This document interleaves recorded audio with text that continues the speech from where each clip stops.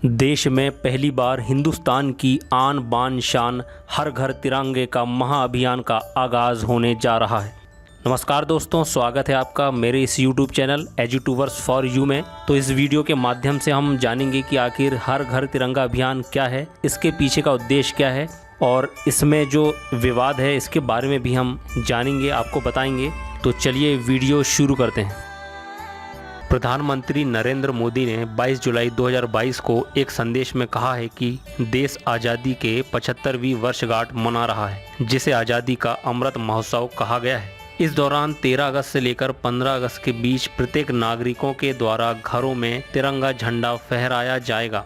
इसके पीछे उद्देश्य क्या है? इसका मुख्य उद्देश्य प्रत्येक नागरिकों के दिलों में देशभक्ति की भावना पैदा करना है और राष्ट्र ध्वज के प्रति जागरूकता को बढ़ाना है। इस साल स्वतंत्रता दिवस 15 अगस्त 2022 के 75 वर्ष पूरे होने पर इसे आज़ादी के अमृत महोत्सव को यादगार बनाने के लिए हर घर तिरंगा अभियान शुरू किया गया है। केंद्र सरकार ने इस अभियान के तहत देश के लगभग 20 करोड़ घरों में झंडा फहराने का लक्ष्य तय किया है। आखिर इस आयोजन को सफल बनाने के लिए केंद्र सरकार के क्या प्रयास किए जा रहे हैं? Confederation of all India trades CAIT के अनुसार भारत में फिलहाल 4 करोड़ झंडे का स्टॉक ही उपलब्ध है और इस महाअभियान में 20 करोड़ झंडे का लक्ष्य पूरा करने के लिए झंडा बनाने वाली कंपनियां शुरुआत में केंद्र और राज्य सरकार को झंडा उधार में उपलब्ध कराएगी। देश के सभी नागरिकों को झंडा अपने पैसों से ही खरीदना पड़ेंगे और साथ ही साथ 1 अगस्त से डाकघरों में भी झंडा उपलब्ध करवाया गया है, जिसकी कीमत 25 रुपये तय की गई है। ऑनलाइन घर बैठे भी झंडा आप मंगवा सकते हैं। 25 रुपये में पोस्ट ऑफिस में ऑनलाइन ऑर्डर करके बिना किसी डिलीवरी चार्ज के आप झंडा खरीद सकते हैं। तो दोस्तों, इसके लिए जो नियम बनाए गए हैं, 2002 में जो झंडा संहिता बनाई गई है, इसके पीछे आखिर क्या बदलाव किए गए हैं, इसके बारे में जानते हैं। तो दोस्तों, हर घर तिरंगा अभियान को सफल बनाने के लिए फ्लैग कोड में कुछ बदलाव किया गया है। तो चलिए सबसे पहले जानते हैं कि आखिर यह फ्लैग कोड क्या है और यह कब से लागू है और इसमें क्या क्या अभी तक संशोधन किए जा चुके हैं। आपको बता दें कि इसके लिए फ्लैग कोड में संशोधन भी किया जा चुका है ताकि हर घर तिरंगा अभियान बड़ी आसानी से लोग मना सकें। सबसे पहले फ्लैग कोड में 2 नियम लागू थे।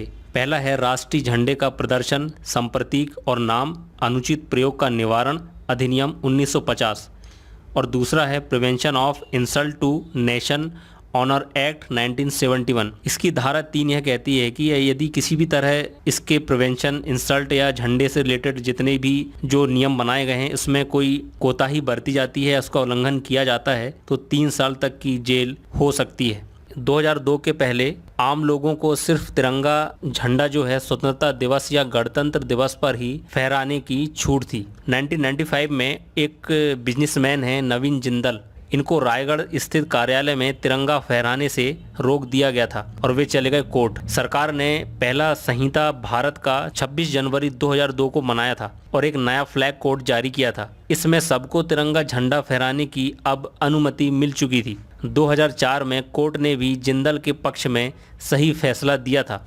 दोस्तों, आपको बता दें कि जो झंडा संहिता है वह 3 भागों में डिवाइडेड है। पहला भाग है राष्ट्रध्वज का विवरण, दूसरे भाग में जनता, निजी संगठनों और शैक्षिक संस्थाओं आदि के लिए निर्देश दिए गए हैं और तीसरे भाग में है केंद्र और राज्य सरकार के लिए, इसमें एक गाइडलाइंस दी गई हैं।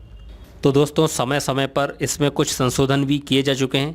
30 दिसंबर 2021 के आदेश के जरिए भारत ध्वज संहिता 2002 को संशोधित किया गया है और राष्ट्रध्वज हाथ से काते, हाथ से बुने हुए या मशीन से बने कपास या पॉलिएस्टर, ऊन, रेशम, खादी से बनाया जाएगा। यानी संशोधन करके पॉलिएस्टर और मशीन से बने झंडे को भी अब अनुमति मिल चुकी है, जबकि पहले ऐसा नहीं था, सिर्फ हाथ से बुने हुए ही झंडे आप यूज कर सकते थे। इसके बाद में 20 जुलाई 2022 को एक अन्य संशोधन के तहत केंद्र ने राष्ट्रीय ध्वज को दिन के साथ रात में भी फहराने की अनुमति प्रदान कर दी है, लेकिन यह तब ही होगा जब झंडा किसी खुले स्थान पर, किसी घर पर फहराया जाएगा। आखिर इस संशोधन की जरूरत क्यों पड़ी, इसके बारे में हम जानेंगे। दोस्तों, यह संशोधन आजादी के 75वीं वर्षगांठ पर मनाए जाने के दौरान आया है ताकि लोगों को अपने घर पर झंडा फहराने के लिए प्रोत्साहित किया जा सके। सरकार का मानना है कि ध्वज संहिता में संशोधन से राष्ट्रीय ध्वज आम जनता के लिए सहज उपलब्ध हो सकेगा। कुछ विवाद भी सामने आ रहे हैं और कुछ आलोचनाएं भी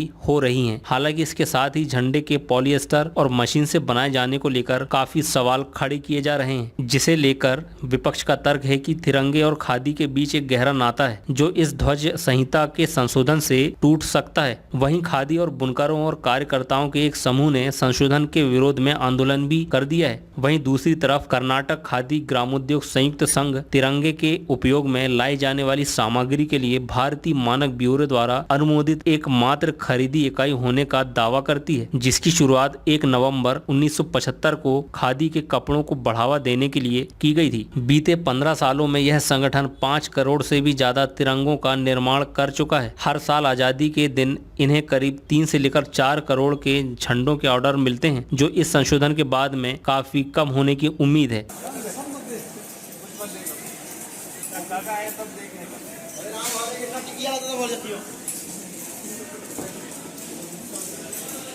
तो चलिए दोस्तों, आप जानते हैं कि झंडा फहराने में किन किन सावधानियों का हमें ध्यान रखना चाहिए। पहली बात है कि हर घर तिरंगा अभियान में झंडे का प्रयोग किसी भी व्यावसायिक उद्देश्य के लिए नहीं किया जाना चाहिए। किसी व्यक्ति या वस्तु को सलामी देने के लिए भी झंडे को नहीं झुकाया जाना चाहिए। झंडे का प्रयोग किसी भी पोशाक वर्दी के रूप में नहीं किया जा सकता और साथ ही झंडे को किसी भी रुमाल, तकिए या अन्य कपड़े पर नहीं छापा जाएगा। झंडे का प्रयोग किसी भी भवन में पर्दा लगाने के लिए नहीं किया जा सकता। किसी भी प्रकार के अधिसूचना, विज्ञापन, अभिलेख ध्वज पर नहीं लिखा जाना चाहिए। इसके साथ साथ झंडे को वाहन, रेलगाड़ी, वायुयान इनकी छतों को ढकने के लिए भी इस्तेमाल नहीं किया जाना चाहिए। इसके साथ ही किसी दूसरे झंडे को भारतीय झंडे के बराबर या उसके ऊंचाई पर नहीं फहराया जाएगा। तो दोस्तों, इन्हीं सावधानियों को हमें बरतना है और हर घर तिरंगा अभियान को सफल बनाना है और इस महाअभियान में जुड़े, इस आयोजन को सफल बनाएं। अगले वीडियो में आपको इतिहास के बारे में बताएंगे, आखिर झंडे का इतिहास क्या रहा है।